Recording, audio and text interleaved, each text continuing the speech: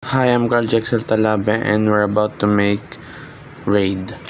Yan. First, i-duplicate natin tong DHCP natin. I-clone natin siya. Palitan natin pangalan. Lalagay natin raid. Yan. Raid na par. Finish na natin. Santayin na lang natin siya mag-open pag na-clone na. Tapos, ayan. Gagamitin natin yan. Waiting lang tayo.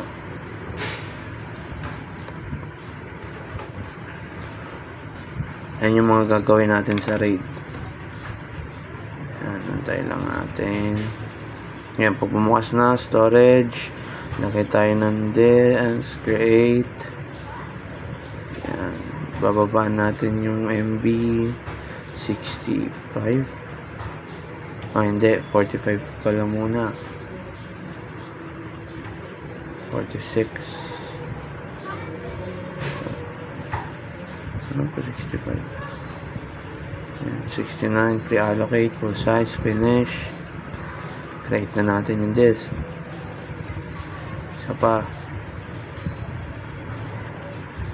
Ayan. Isa pa ulit.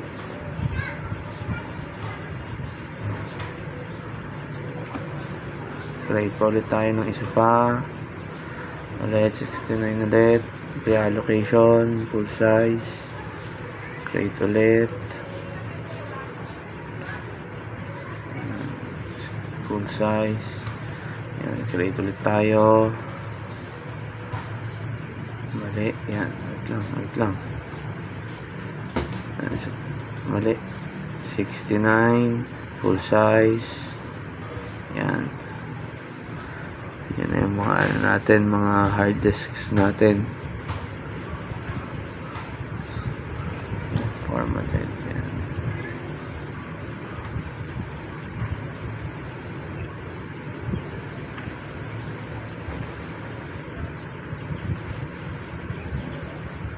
So, yun.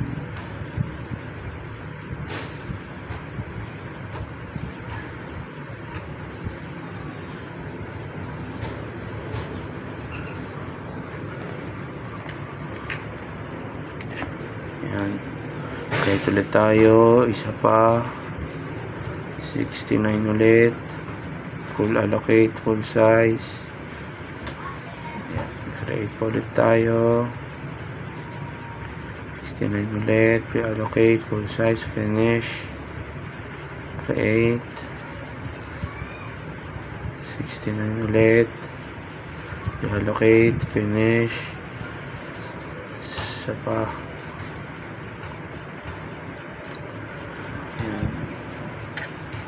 69, pre-allocate, finish. Yan, meron tayo. Yan. So, ngayon, choose ng ng hard drive, ang ipapasok. Pangatlo. Pangapat. Panglima. Panganim. Pito, pangwalo, pangsyam, last one. Yan, 10. Okay na natin yan. Ayan na yung mga port sa RAID. Meron tayong 10 port dyan. Yan, open na natin yung yung RAID.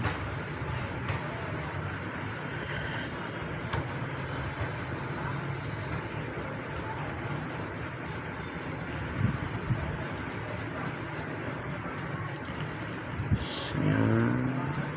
Start Windows normally.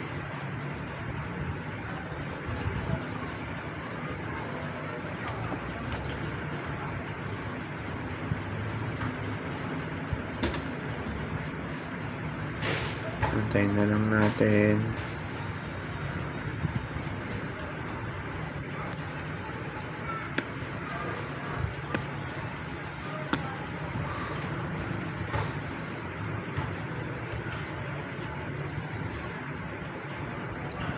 And applying computer settings.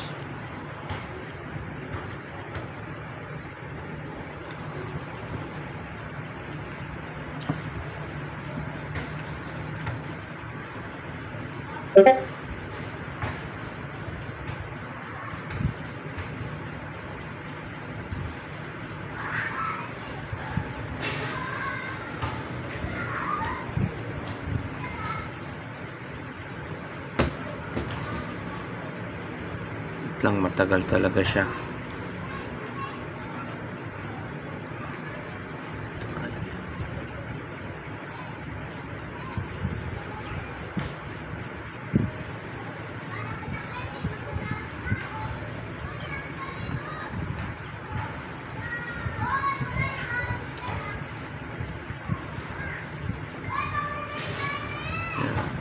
Start. Tapos run natin yung command prompt, disk management, ayaw, mali tayo ng run.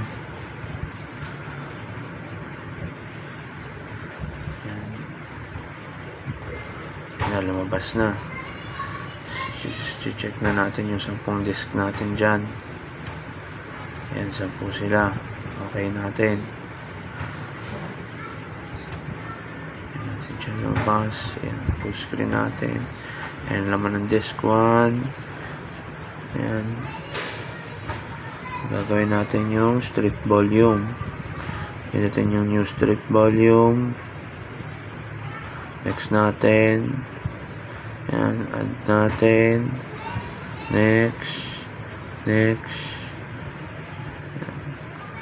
Strip volume.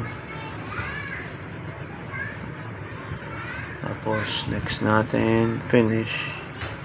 Yes. Tayin lang natin. Ayan na, naka-strip na yung volume nya ng disk 1. Tapos ganun din sa disk 1 and 2. Yung sunod natin gagawin is mirrored volume. Ayan, gagawin na natin yung mirrored volume. Okay, yan, next. Add natin yung 4. Tapos yan, 6. Yan, next natin. Mirrored volume.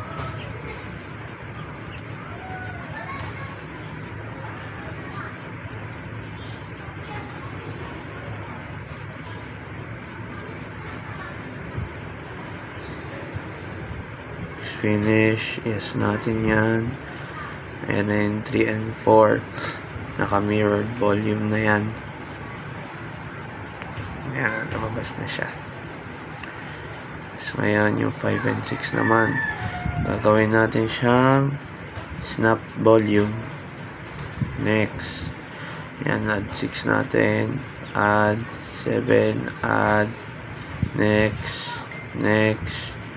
Yan, lagay natin pangalan, snap volume. Next natin, finish. Yes natin yan. Antayin lang natin.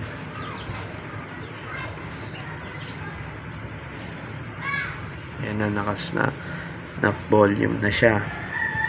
Tapos yung 8, 9 naman, tsaka 10, gagawin natin new RAID. Yan, next. Add natin yung 9, tsaka 10. Next natin.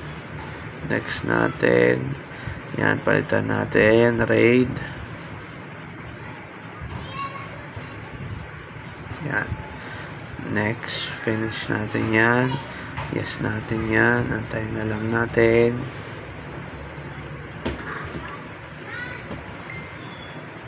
Yan, ayan yung disk 8 tsaka 9.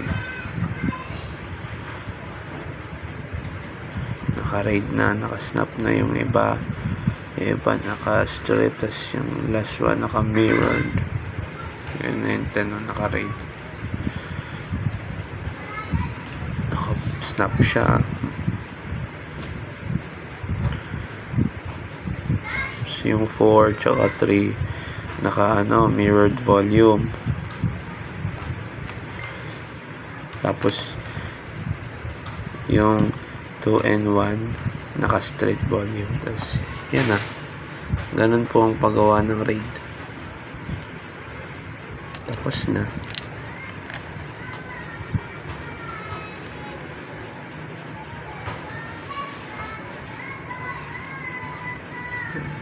Sarado na natin. Bye-bye.